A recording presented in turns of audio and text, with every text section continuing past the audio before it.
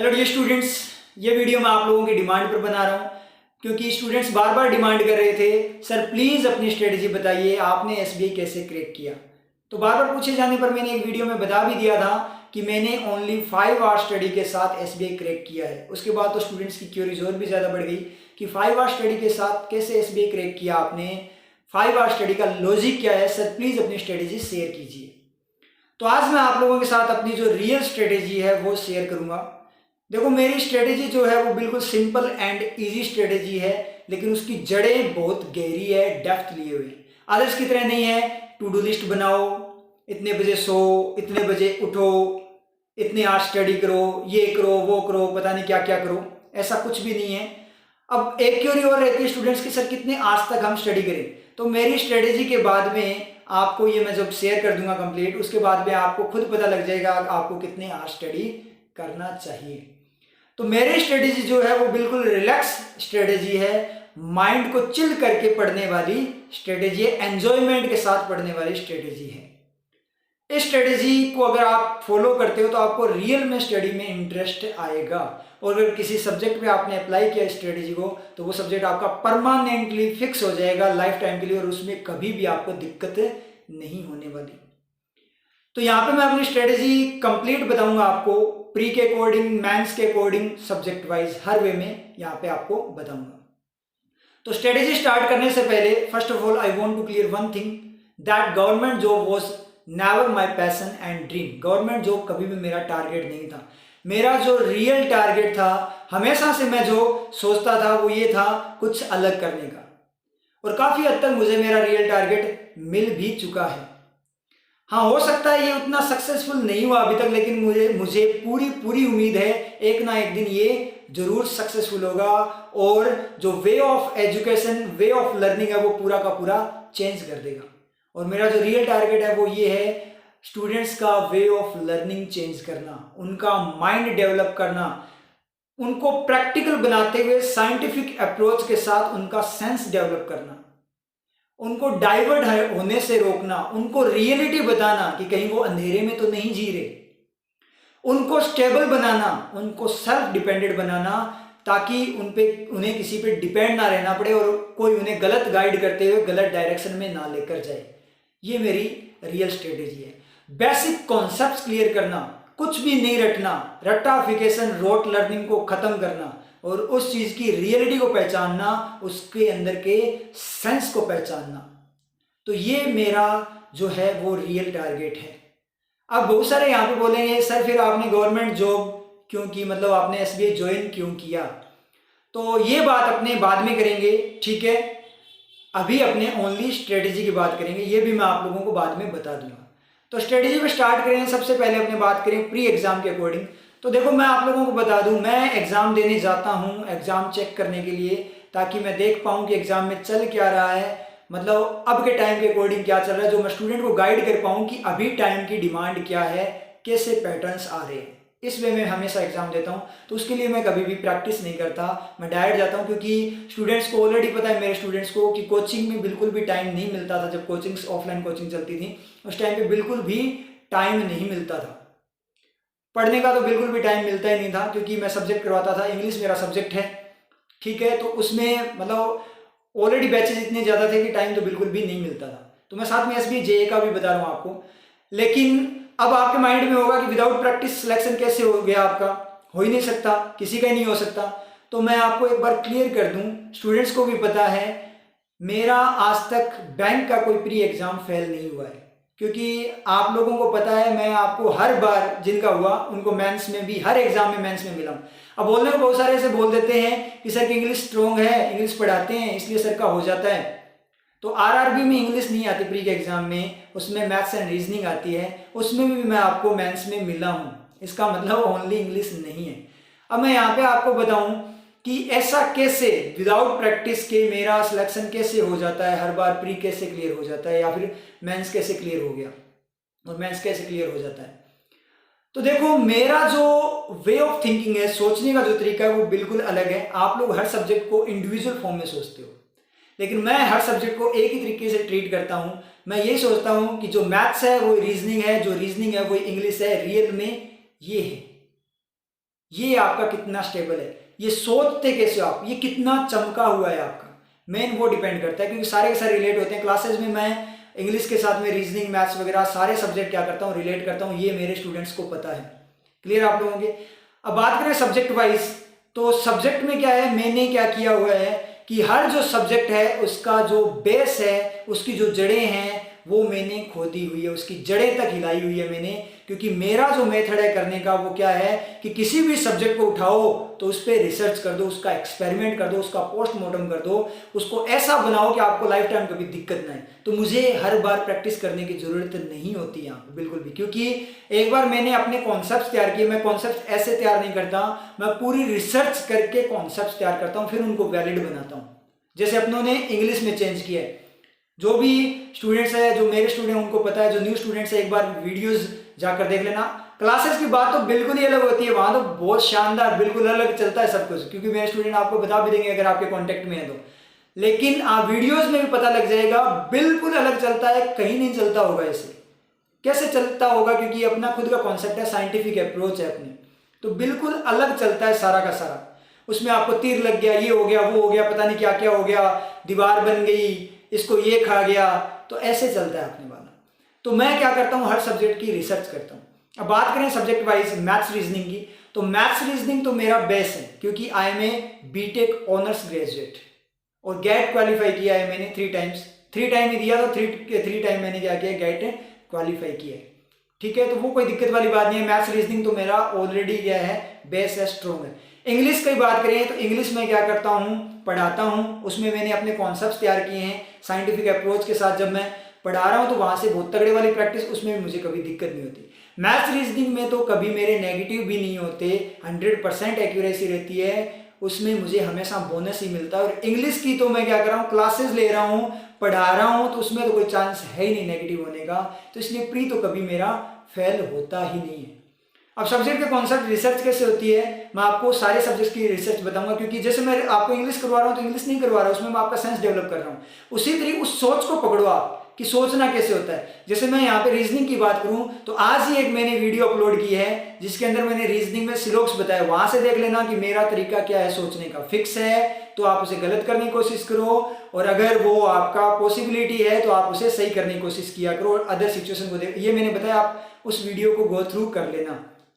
आपको कार्ड्स में भी मैं वो वीडियो दे दूंगा, एक बार चेक कर लेना। तो ये मेरा स्टाइल है किसी चीज़ों को करने का, उस पर एक्सपेरिमेंट करने का। हर सब्जेक्ट पे मैं एक्सपेरिमेंट करता हूँ। बात आती है मैथ्स की, जैसे अपने प्रोबेबिलिटी का एग्जांपल लें तो देखो एक तरीका है, जैसे मान लीजिए थोड़ा सा एग्जांपल दूंगा, 4 रेड बॉल्स है, 3 ब्लू बॉल्स है, तो आपको क्या करना है, 2 रेड बॉल को क्या करना है, पिक करना है। तो क्या करो, जो न्यूमरेटर में आएगा ऊपर जो आएगा उसमें क्या करो, आप आंख खोल के उठाओ। तो 2 रेड बॉल उठानी है आपको, तो 2 रेड बॉल आप देख के उठाओ, तो रेड में से ही निकालोगे आप, तो 4C2 ही रहेगा। और उसके बाद में क्या है, डिनोमिनेटर में क्या आएगा, आंख बंद करके उठाओ। अब आंख बंद करके जरूरी नहीं है आप रेड ही उठा पाओ, रेड और ब्लू कोई सी उठा सकते हो, तो वो 7 में से निकलेगी, 7C2 आएगा। अब यहाँ पे भी अलग अलग कंडीशन लग जाती है, 7C1 भी आता है कि 1 by 1 उठा रहे हो, रैंडमली उठा रहे हो, किस तरीके से आप एक साथ उठा रहे हो। तो ये जो क्लियर करूंगा वो मैं एक दिन आपका क्या करूंगा, इस पे भी वीडियो बना दूंगा, क्योंकि मैं हर सब्जेक्ट के आपके कॉन्सेप्ट्स क्लियर करूंगा अब। ठीक है, सारे सब्जेक्ट ही करवाऊंगा मैं आपको, जो उसके बेसिक कॉन्सेप्ट है वो बताऊंगा। तो प्रोबेबिलिटी पे जब मैं वीडियो बनाऊंगा उसमें आपके डेप्थ में क्लियर कर दूंगा। तो इसलिए मुझे कोई सब्जेक्ट में दिक्कत नहीं होती। तो प्री तो मेरा आज तक फेल हुआ नहीं, इसलिए SBI JA में भी मुझे दिक्कत नहीं हुई, क्योंकि फरवरी में आपका एग्जाम हुआ था। तो उस टाइम पे जैसे ये स्ट्रेटेजी थी अदर्स के लिए, उसी तरीके से मैंने उस पर अप्लाई कर दी, वैसे मैंने एग्जाम दे दिया था उस टाइम पे। क्लियर आप लोगों के। अब एक चीज मैं जरूर करता हूं प्रैक्टिस के लिए, जब प्री का एग्जाम होता है उससे 1 या 2 दिन पहले मैं 4 to 5 जो मॉक टेस्ट है कंप्लीट वाले, वो जरूर अटेम्प्ट करता हूं, ताकि मेरे हाथ खुल जाए कैलकुलेशन वगैरह के लिए। ये काम मैं जरूर करता हूं, हमेशा करता हूं, हर एग्जाम से पहले ये काम करता हूं मैं। ठीक है, क्योंकि कोई रिस्क नहीं लेना चाहता, क्योंकि प्री क्लियर नहीं हुआ तो मेंस कैसे चेक करूंगा मैं वहां पे। उसके बाद में अपने बात करेंगे मेंस की, तो मेंस में क्या हुआ, होता भी है मेंस में, देखो मैथ्स रीजनिंग इंग्लिश में तो कोई दिक्कत है नहीं, वो तो ऑलरेडी शानदार है, कोई दिक्कत उनमें ना, प्रैक्टिस की जरूरत है ना कोई बात, क्योंकि मेंस में वैसे भी आपको स्पीड नहीं देनी होती। मेंस में आपका नॉलेज काम आता है, आपको कितना पता है, उसके कॉन्सेप्ट्स कितने क्लियर है वो काम आते हैं, तो वो तो ऑलरेडी क्लियर है, कोई दिक्कत नहीं।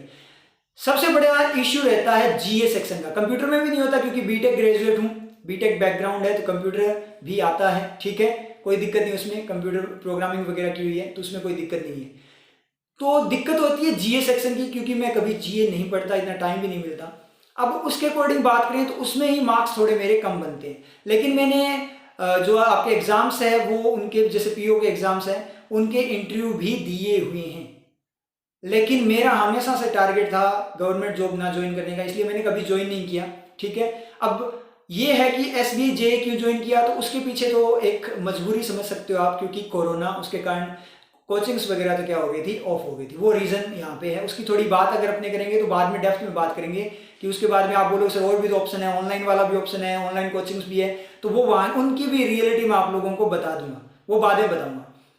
तो ये है मेंस के अंदर क्या हुआ।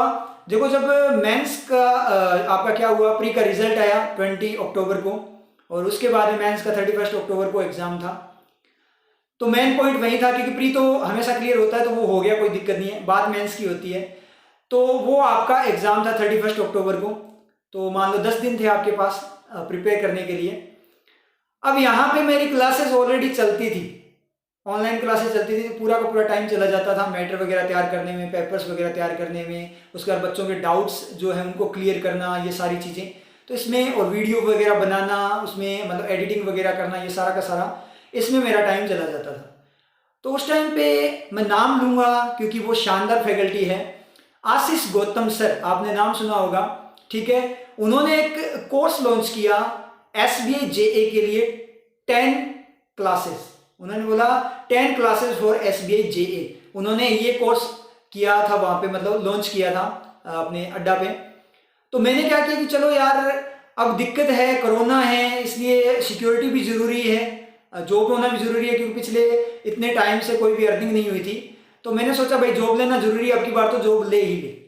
वो फर्स्ट एग्ज़ाम था कोरोना के बाद का, ठीक है, मतलब इतनी सिचुएशन के खराब होने के बाद फर्स्ट एग्जाम था, जब रियलाइज़ हो गया कि मतलब सिचुएशन बहुत खराब है, हालत ख़राब हो चुकी है, तो उसके बाद फर्स्ट एग्जाम था। तो मेरी क्लासेस भी चलती थी, तो उन 10 वीडियोज़ में से लास्ट वीक में कैसे ना कैसे करके मैंने 5 वीडियोज़ कंप्लीट देख ली थी सर की, 5 वीडियोज़ कंप्लीट देख ली, और एग्ज़ाम के अंदर उसमें 20 के अराउंड क्वेश्चंस आ गए।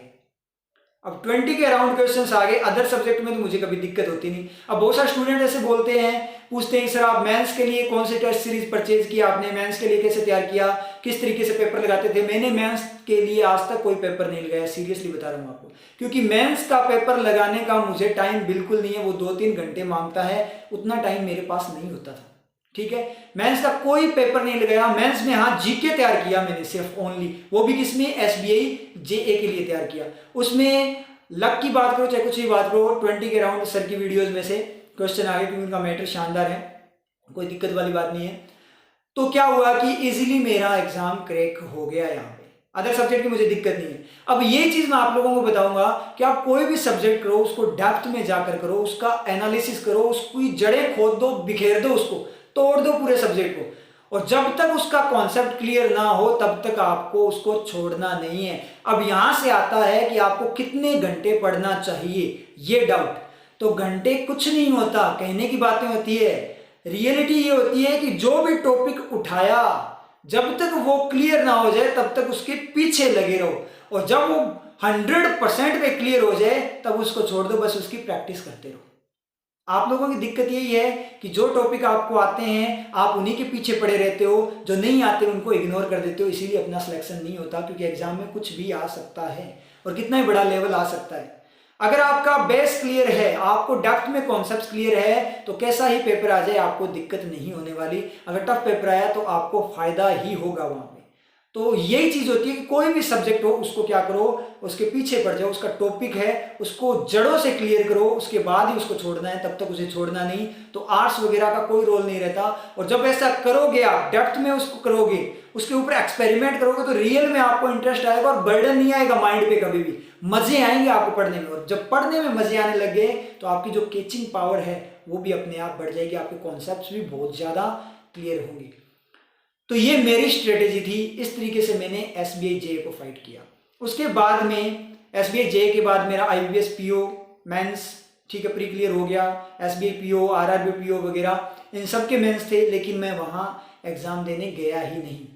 एक तो क्या 25 को क्या होगी, ज्वाइनिंग होगी जनवरी को, और 29 को SBI PO का था, तो दूर था थोड़ा, तो उस टाइम पे ज्वाइनिंग के साथ 29 को तो मुझे ब्रांच में रिपोर्ट करना था, तो वहाँ तो वैसे नहीं जाया गया मेरे से। उसके बाद IBPS PO वगैरह के लिए मैंने सोचा ही नहीं कि SBI में आगे कोई दिक्कत नहीं है। उसके बाद ये भी था कि अगर आप PO ज्वाइन कर लेते हो तो सबसे बड़ी दिक्कत ये है कि आप उसके साथ फिर पढ़ा नहीं सकते, आपको टाइम नहीं मिलेगा। तो JA ज्वाइन करने का मेरा ये भी रीज़न है कि बस आपको बेस मिला रहे, ठीक है, कि अर्निंग होती रहेगी साथ साथ, कोई दिक्कत नहीं है, तो अर्निंग चलती रहेगी और आप अपनी पढ़ाई मतलब अपना जो रियल टारगेट है उसको आप फॉलो भी कर सकते हो, उस टारगेट के ऊपर अपना फोकस भी कर सकते हो, क्योंकि इंडिया के अंदर आपको सर्वाइवल ज़रूरी है। चाहे आप में मैं ये नहीं बोलता कि मैं टैलेंटेड हूँ, लेकिन रियल में अगर आप में टैलेंट है तो इंडिया में आपके टैलेंट की वैल्यू नहीं है। सीरियसली जिस फील्ड के लिए आप बने हो आप वो फील्ड में जा ही नहीं सकते, आप किसी और फील्ड में झक मार रहे होते हो, ठीक है, जहाँ पे आपको ऐसे लगता है कि कहाँ आ गया। हाँ, हो सकता है किसी के लिए वो बहुत अच्छा हो, मुझे बैंक जॉब बिल्कुल भी पसंद नहीं है, हाँ बहुत अच्छी है, कोई दिक्कत नहीं है, SBI में अपॉर्चुनिटी भी बहुत है, लेकिन मेरा फील्ड नहीं है ये, क्योंकि मैं ये सोचता हूँ ये काम तो कोई भी कर सकता है। अगर मेरा जो रियल टारगेट अगर मैं वो करूँ तो क्या पता किसी का भला हो जाए, क्या पता मैं किसी के काम आ जाऊँ, पता नहीं कितने लोगों की ज़िंदगी बन सकती है। क्योंकि अभी तो सिलेक्शन मेरा अकेले का हुआ है, अगर मैं पढ़ाना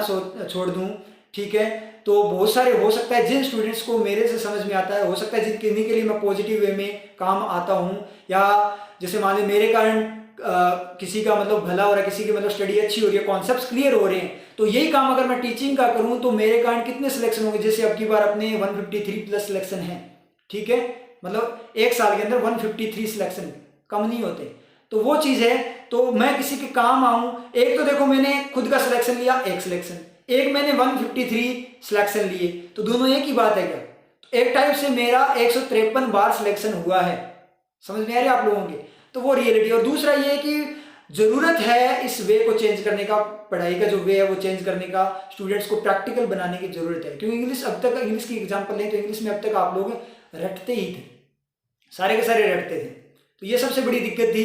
लेकिन अब अपनों ने वे ही चेंज कर दिया, उसमें कुछ रटना नहीं पड़ता। तो मुझे लगता है कि इस टाइम की रिक्वायरमेंट है अपने को अगर अपने को वर्ल्ड के साथ अगर कॉम्पिटिशन देना है तो अपने को ये चीज़ करनी ही पड़ेगी, अपने को ये जो रूल्स वगैरह ये खत्म करने पड़ेंगे, अपने को रियलिटी पहचाननी पड़ेगी, अपने को ये चमकाना पड़ेगा, अपना सेंस डेवलप करना पड़ेगा।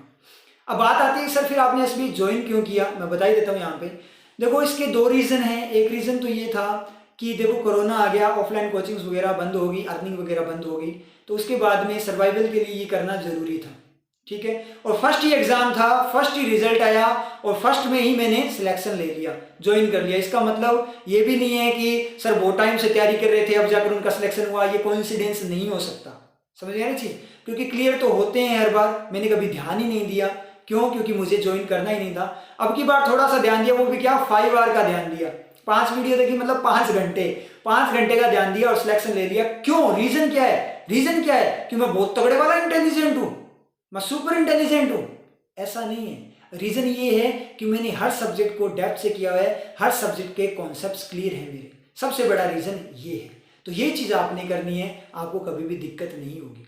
उसके बाद अगर स्टूडेंट कोई बोले सर आपने ज्वाइन किया, इससे तो अच्छा है आप ऑनलाइन पढ़ाते, ऑनलाइन मैंने पढ़ाया, कोई दिक्कत नहीं है सर, ऑनलाइन कोचिंग वगैरह भी बहुत है, उनको ज्वाइन कर लेते। तो मैं रियलिटी बताता हूँ आपको, देखो ऑनलाइन आप पढ़ाओ, मैं पढ़ा रहा हूँ, कोई दिक्कत नहीं, हो सकता है मेरा कंटेंट बहुत अच्छा हो, लेकिन जो जनरेशन है उनकी डिमांड के अकॉर्डिंग आज के जो युवा है वो मैक्सिमम क्या करते हैं, क्वालिटी को नहीं देखते, वो भीड़ को देखते हैं, क्वालिटी को नहीं क्वांटिटी को देखते हैं, वो उनके पीछे भागते हैं जहां पे भीड़ जा रही है। इसका मतलब ये नहीं है कि जिनके बहुत ज़्यादा फॉलोअर हैं वो गलत पढ़ा रहे हैं, हो सकता है वो बहुत शानदार वाले टीचर हो, लेकिन बहुत सारे टीचर मैंने ऐसे देखा है, जैसे इंग्लिश की बात करें, अदर सब्जेक्ट पे क्यूज है, तो ऐसे टीचर्स देखे हैं ऑनलाइन जो पढ़ा रहे हैं जिनके बहुत ज़्यादा फॉलोअर्स हैं, वो एडिटोरियल करवाते हैं। एक अपना एडिटोरियल देखना, अपने हर एक एलिमेंट को क्या करते हैं, उस पर एक्सपेरिमेंट करते हैं, सीखते हैं, रियल इंग्लिश की वर्किंग सीखते हैं, और वो क्या करते हैं, डायरेक्ट स्पीड में पढ़ देते हैं हिंदी में। एडिटोरियल स्पीड में पढ़ेंगे, उसमें बीच में कुछ लाइन से छोड़ देंगे, स्पीड में पढ़कर मीनिंग बता देंगे ये एडिटोरियल क्या बोलना चाहते हैं, और बच्चे बोलते हैं वाह वाह वाह वाह,